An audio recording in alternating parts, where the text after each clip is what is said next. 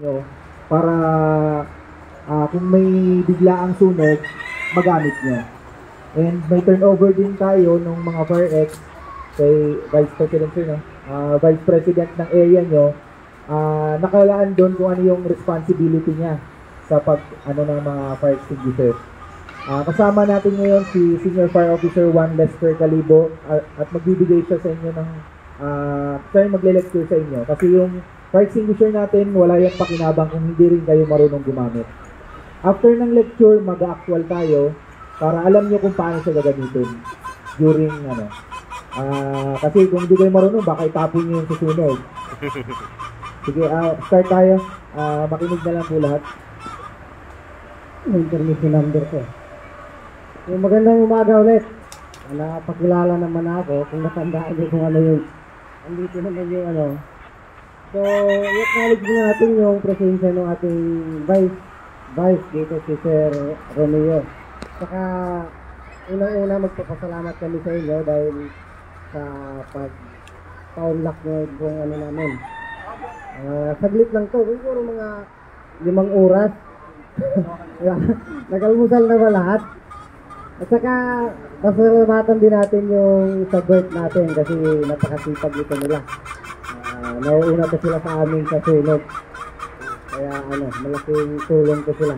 Pala ako, Bisaya, kaya medyo matigas yung salita. Lagi ko itong sinasabi bago ako magdadaldal kasi lagi ako napagkamalang laging galit. Matagal na ako dito, medyo inaaral ko kung paano palambutin kasi matigas talaga kaya hinayaan ko na lang kasi yun na lang din yung natitirang matigas sa akin. So, pangilang attend na ito ng ganito. First time, maganda yung first time nila kasi excited.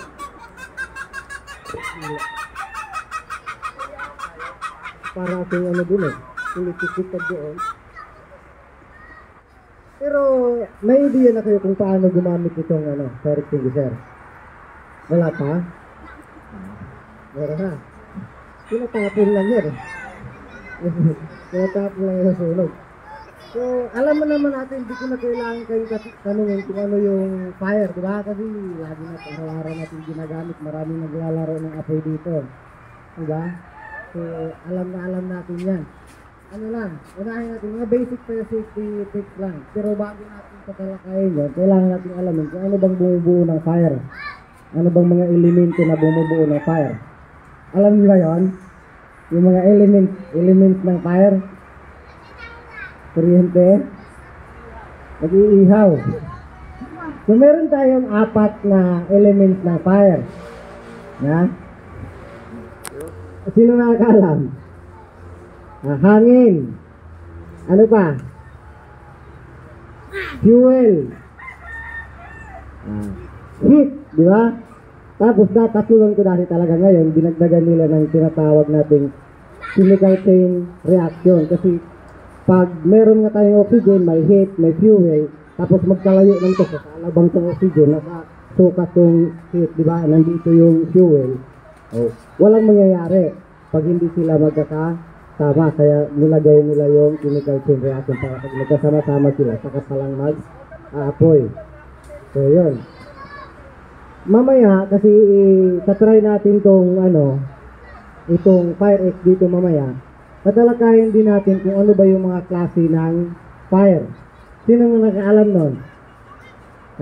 Classes of fire. Wala. Ano lang to, para lang pang kinder. Ang parang sa alphabet lang. Class A, Class B, Class C, Class D. Pero medyo mali yung alphabet ng bumbero kasi kasunod ng D, Class K. Isa-isayin natin. Class A fire. Baka hindi masyado yung importansya. Itong fire extinguisher, hindi siya sa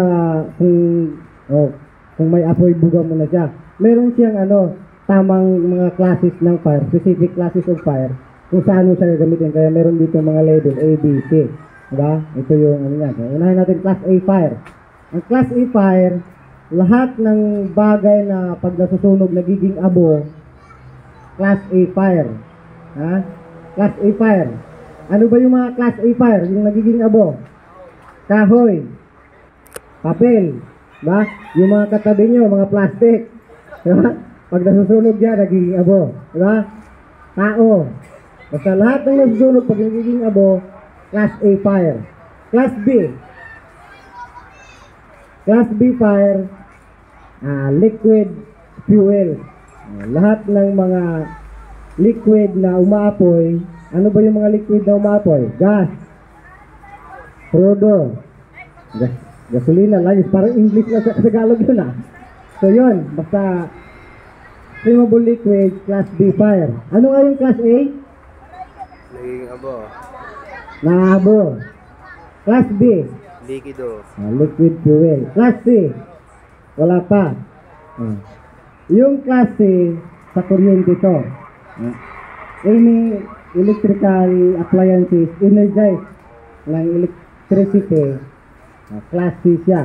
Videoke, ito, sampulan natin, videoke, habang kumakanta kayo, lumiliyab, masyadong nagandahan sa boses. Anong klase ng fire?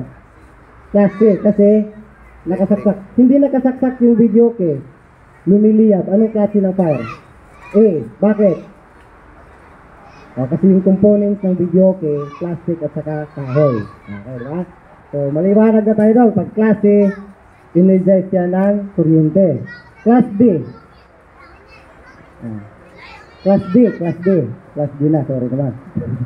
Sa class D, yung mga metal na nagbabaga, umapoy, o class D. Class K. Class K, sabi nila nito dati, kitchen fire. Pero ang meaning talaga niya, yung mga oil na ginagamit natin, oil and grease na ginagamit natin sa kusina, yun. Focus ng fire. Kaya napaka-importante yung good housekeeping. Kasi kadalasan sa inyong mga Pilipino, sa amin kasi sa US, iba yung ng bahay eh. Sa mga Pilipino, lutuan to, andito din yung sa taas yung lagayan ng mga mantika, di ba? Ganito kasi nakakapasok ako sa mga bahay sa mga Pilipino, ganun eh. Di ba? Tapos sa ilalim ng kabinet, yung mga pintura, flammable liquids din yun. Di ba? So, dapat good housekeeping para maiwasan natin. So, malinaw na tayo sa classes of fire. A, B, C, D, at saka K. Ayan. Ituloy natin to. Di ba kanina, elements of fire natin, oxygen, heat, fuel, at saka chemical chain reaction. Ngayon, paano ba natin aapulahin yung sunog pag nandun sa bahay? Halimbawa na lang. Halimbawa, ito. Meron tayong technique kung paano siya aapulahin. Tatlo. Common techniques lang, the basic lang. Huwag natin yung ibang mga masyadong technical.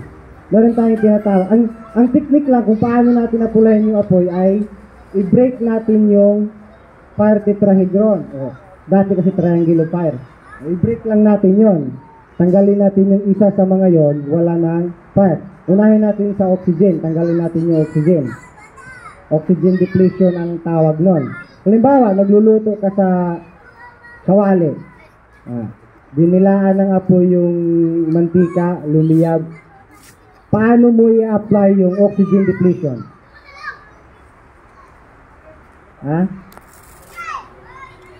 Tatakpan ng basang tela. Dapat medyo malaki yung tela natin na makover yung kahit naman basta yung tela na itatakip natin medyo basa.